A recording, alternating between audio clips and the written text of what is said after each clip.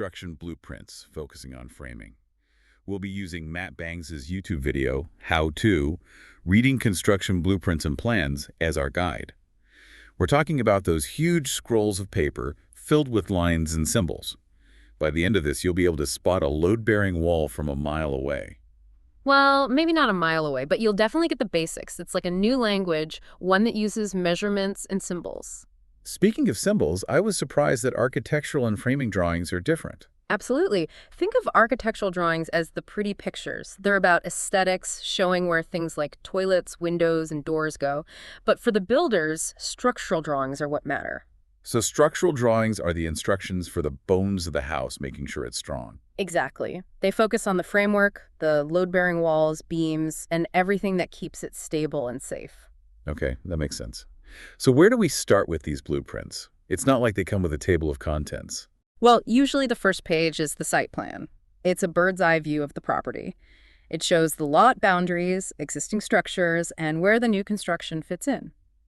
So it's about the house and how it's situated on the land. That seems important. It's crucial. Remember Matt's story about the electrical line at the back of the property? That's the kind of challenge a site plan helps you foresee. Right, you don't want to find a power line while digging foundations. Yes. So the site plan helps avoid those surprises, but it must do more than that, right? Oh, definitely. Think about it. Materials need to be delivered. Equipment needs to be moved around. The site plan helps with that, making sure things run smoothly from the beginning. It's like a logistical blueprint. Now, what about the part that shows the layout of the house? That's the floor plan, the most important part for framers. It shows the layout of each floor, every wall, door, window, and even plumbing fixtures. It sounds very detailed.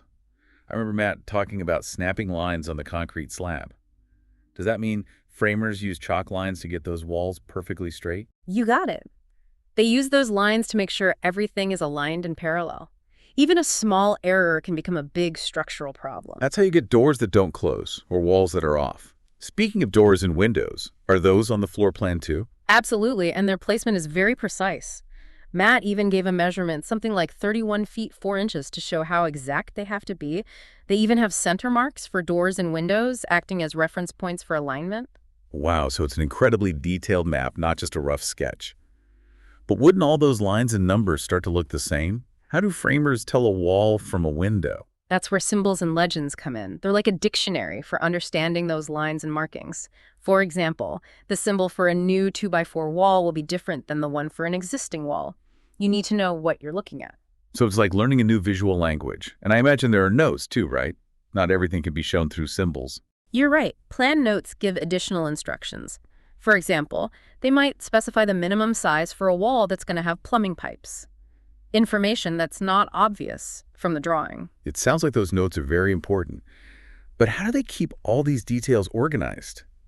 Especially on a large blueprint, it must be hard to keep track of everything. That's where grid lines come in. They're like coordinates on a map, helping you pinpoint locations on the floor plan. It's like saying, look at grid line B and grid line 2. That's where the support beam is. Oh, I see. So it's a reference system, even on complicated blueprints.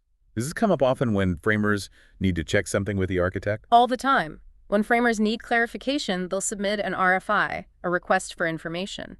Using grid lines in those RFIs makes sure everyone's talking about the same spot, avoiding confusion. Okay, I'm starting to understand how much information is in these blueprints, but we've been looking at everything from above. Is there a way to see what the finished structure will look like from the outside? That's what elevations are for. They're like billboards for the house before it's built. They show you the building from different sides, the height of the walls, the roof line, windows and doors, even details like decks. So if I wanted to see if my deck would block my neighbor's view, I'd check the elevation. Exactly, you'd see it right there. And for framers, elevations are important for determining plate heights, which is where they start framing the walls. You need to know how tall each wall will be before you build it. It's like seeing the finished product before they even start. But I'm guessing there's even more detail in these blueprints. You bet. There's a whole section for details and schedules. That's where you find information about windows, doors, and construction techniques. I'm picturing a spreadsheet with numbers and codes.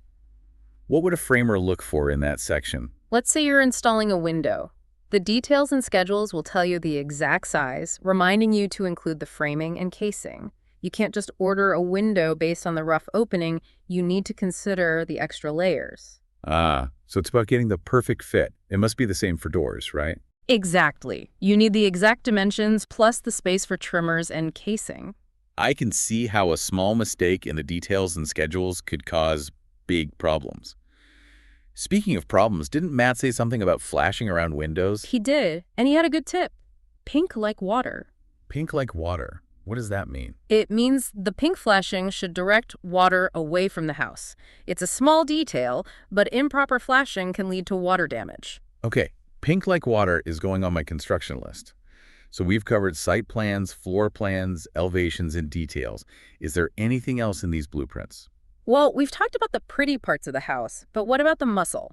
The structural plans are where things get interesting. We're talking about hold downs, shear walls, and heavy-duty hardware. Sounds like a whole new level of complexity. Those structural plans must be intense. They are, but that's a story for another time. Let's talk about structural plans in the next part of our deep dive. So ready to dive into those